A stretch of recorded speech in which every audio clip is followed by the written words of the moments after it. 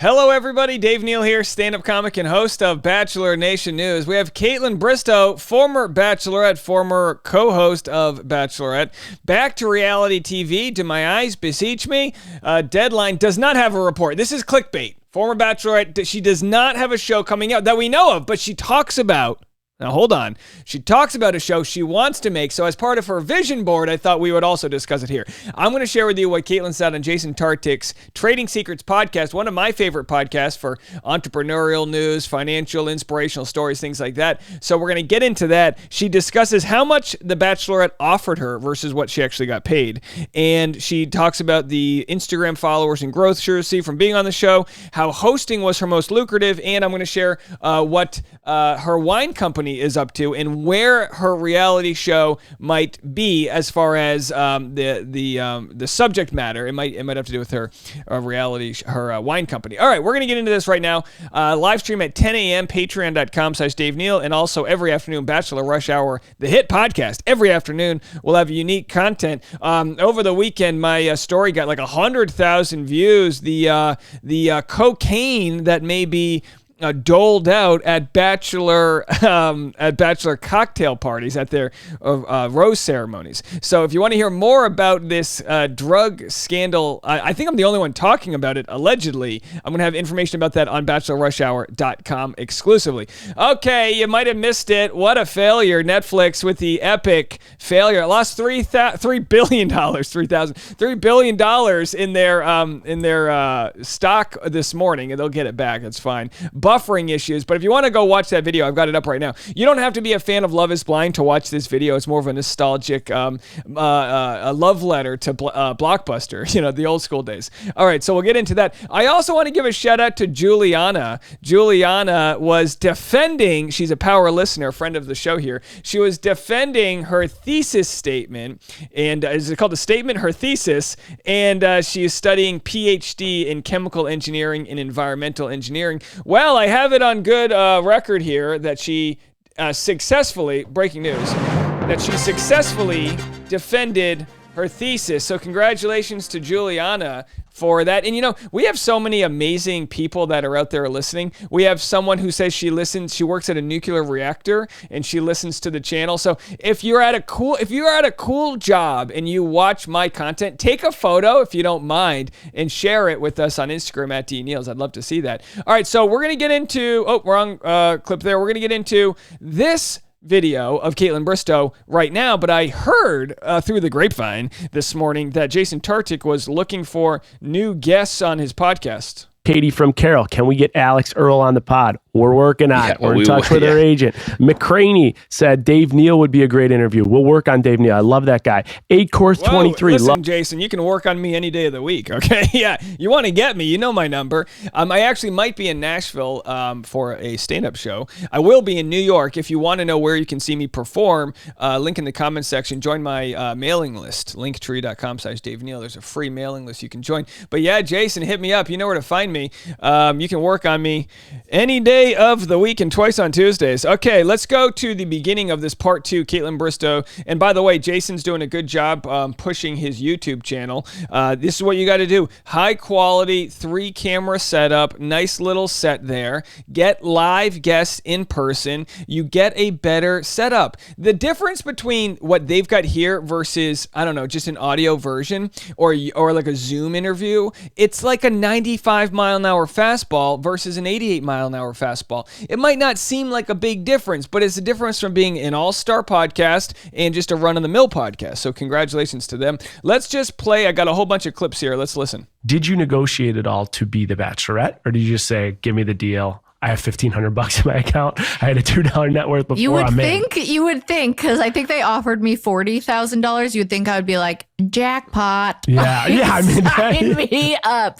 But no, Penny, bless her again, was like, I'm giving you an entertainment lawyer. it's going to cost you a lot of money, but it's going to be worth it in the end. I didn't know you had. All right, so she gets an entertainment lawyer. They get like 5% or something, but she goes from offered 40 grand to probably making about 125,000 is my guess. Of course, she had to deal with the crazy Bachelor Nation. It's probably worth every penny, but good for her for negotiating that. And let's go here talking about Instagram followers post show. How many followers did you have before you went on to be the Bachelorette? Like 350,000. Okay, and interesting. And were there other platforms at that point? It was just like Twitter and YouTube, right?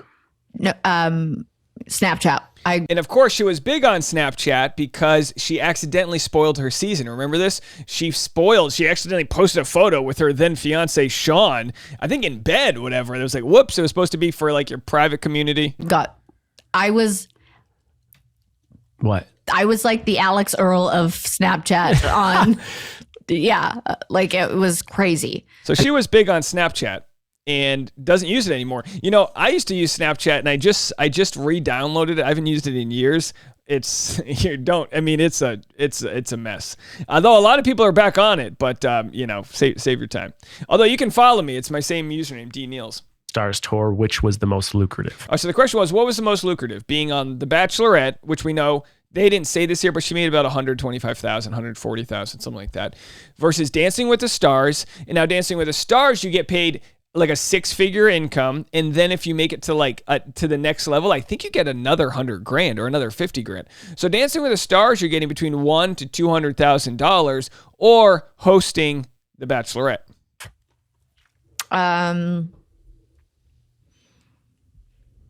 Hosting. Okay. So she says she made more hosting, and she doesn't say how much she made, but we can imagine it's over $250,000 if she made more hosting. Maybe it's at least 200,000 plus. My guess would be around 200 grand. Now, of course, Chris Harrison made a lot more than that. Well, what's up with the pay discrepancy? I understand. She showed up to Bachelorette not even knowing she was going to be the host. They never actually called her the host. You know what I mean? Because they were like kicking the can down the road. At first, they didn't know if they were going to bring Chris Harrison back, and we know how that ended. Okay, so the question was, would she do reality TV again? And here is the big reveal. Let's listen to this. When you think about your career, where it is today, would you be willing to do reality TV again? Yes. You would? I wouldn't have said that. I'm very surprised. I wouldn't have said that. Shocked by that. I wouldn't have said that 3 years ago. What? I would do reality TV again if it didn't dumb down my brand and make me look stupid. How can you plan? How can you prepare for that professionally? I feel like that's a fear that women probably have more than men, this fear of looking stupid, because I think it's easy for companies to want to water down the female. I'll use this example with Marianne Williamson. A lot of people were laughing at her when she ran for the presidency because she was talking about like a peace force versus a war force. But she also became the most Googled candidate and had a lot of buzz around her. And she's actually rising in the rankings right now as she runs for the Democratic the DNC nomination here. So my point being is that I don't, as a man, I don't think I have to worry as much about people not taking me seriously as a woman would. We know that because it can be harder for women to negotiate for their pay, because a lot of times the wage gap it's complicated for sure, but it exists in part, and this is of no offense to women, but it exists in part because of the way that the infrastructure hasn't in the past valued the voices of women as far as in leadership roles and this and that. So these are all true things. So she's out here saying, hey, I can talk about my sex life. I can say funny and or dumb things, and you're going to still take me seriously because I built this equity. And I think that's a huge sort of force that people might not realize when they're getting Kaitlyn Bristowe, that she's way more smarter than people think. Because if I had creative control and was an executive producer, then I would make sure of that. Got it. Okay. So you want to be a producer then? Yeah. If I was to do reality television You'd again, want some I would producing want control. to be, yes. Okay. And then we're going to jump ahead here. They talk about this reality TV show again. And of course, she's probably thinking about like the lifestyles of the Kardashians. We know that some of the Jenners are worth billions in part because of this colossal media empire that they have built. And if you look at influencers, the new trend is to sell a physical product. product. And by that, I mean Mr. Beast has Feastables. Logan Paul has Prime, which is going to be the first multi-billion-dollar company to come from a YouTuber. Isn't that insane, folks? So you've got George Clooney with the tequila, Schwarzenegger, Dan Aykroyd. Everyone's getting into the liquor game. There's a lot of money to be had there because there's big margins. So she talks about her wine company here. Let's have a listen. Fair. So no more 9 to Wine. We'll see more Off the Vine. Potentially a TV show, though. Potentially a TV show with what? My wine. An Off the Vine TV show? I don't know. What's going on? You and UTA got a TV show going? No, it's just something I'm thinking about.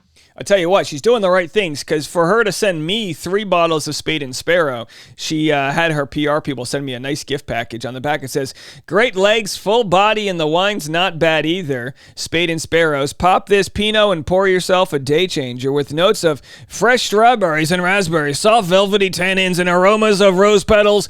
Your mouth will thank you. In fact, others will too, because this bottle is the ultimate crowd pleaser, just like you. How funny is that? That's some great marketing right there. So she's got a good product out here, Spade, and she's not paying me to promote it, folks. I'm just saying, you can see the marketing genius, because no offense, I get 18,000 Instagram followers, not a huge following, pretty big on YouTube, I think, getting in there on the podcast world, but for her to put the product in the good hands of our community, I think is a smart business move, if you ask me. There's some ideas floating around. Something tells me there's more to that, but I got to bring this conversation because we only have 13 minutes left, and I could ask Kaitlyn a million questions. I got to bring it to your baby, Spade and Sparrows. Yeah, my baby. Spade and Sparrows, the baby of babies. If you guys haven't heard of Off the Vine, because literally you live under a rock, make sure you go download it, check it out. There's obviously a lot coming in a tour on the way, maybe even a TV show. But as we transition to the wine, I have a bunch of questions. First question, how did you decide who your partner should be? Well, we met with so many different people that we could partner with for production and everything. And we're running out of time. So basically she says that she found the right fit because she just didn't want to slap her name on a product, but she wanted to really build it from the ground up. Of Spade and Sparrow, since inception to today, like how have you guys grown? What does it look like? Yeah, again, we started obviously as like a smaller company and wanted to go big. So of course there was opportunities for me to just slap my name on a label that. So then they wanted to go big. So they put the product in the hands of Power Recap. Okay. And then our final clip here, as she talks about Spade and Sparrows. You grown each year, or have you guys ever how is the success of the company when you're looking at just like, I don't know, since inception, 2019, 2020, 2021, has it been growing every year? Yeah. Target for sure has helped with that. Obviously our partners, Don Sebastiani and Sons, who does our production and distribution and everything, have been the most incredible partners to work with. All right, so there she is. It's growing. It's in Target. Of course, you can find it in select Walmarts. It's a huge deal for her to have her product in all these places.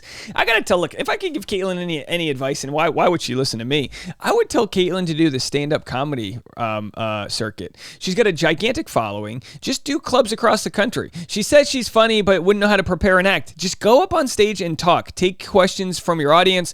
Make it so that everyone in the audience only drinks Spade and Sparrow, and make it a Spade and Sparrow comedy tour. Kaitlyn, can we get on the phone? Can we do a Spade and Sparrows comedy tour? We'll do a Q&A. We'll just get wine drunk. We'll have the blue teeth. You know when you drank too much and you've just got the crusties around the thing? Yeah, we'll get that. Come on. Either way, she's crushing it. They both are. Kaitlyn Bristowe, of course, engaged to Jason Tartick, a podcast and media empire.